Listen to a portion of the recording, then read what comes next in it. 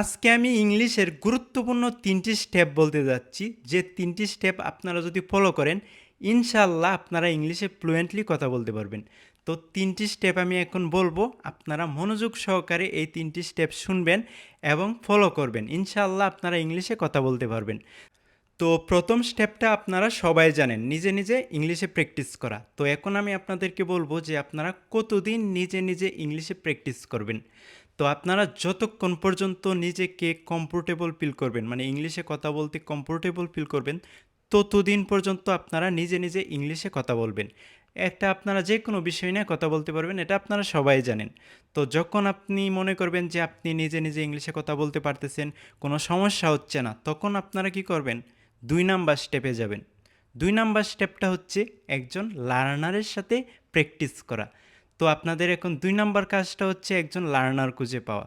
যখন আপনারা মানে নিজে নিজে প্র্যাকটিস করে কমফোর্টেবল ফিল করবেন, তখন ২ নাম্বার স্টেপে যেয়ে একজন লার্নার খুঁজবেন। মানে যে কোনো লার্নার হলেই হবে, যে আপনার মতো আর কি ইংলিশ শিখতে চাই। সো আপনি এরকম একটা লার্নারের সাথে ইংলিশে প্র্যাকটিস করবেন।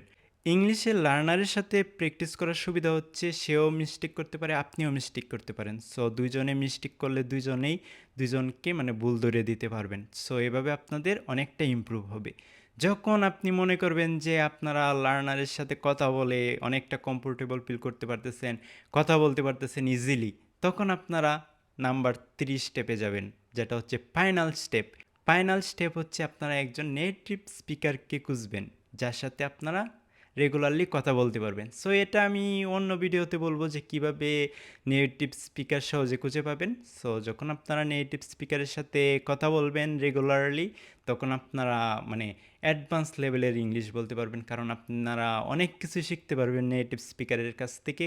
কারণ নেটিভ স্পিকাররা কিন্তু অন্যভাবে কথা বলে, তখন আপনি শিখতে পারবেন যে কিভাবে অন্যভাবে কথা বলতে হয়। ঠিক আছে? সো আপনারা যদি এই 3টা স্টেপ ফলো করেন, ইনশাআল্লাহ আপনারা ইংলিশে ফ্লুয়েন্ট হবেন। এই ভিডিওটা ভালো লাগলে অবশ্যই লাইক, কমেন্ট, শেয়ার করে বন্ধুদেরকে পৌঁছে দিবেন। ধন্যবাদ।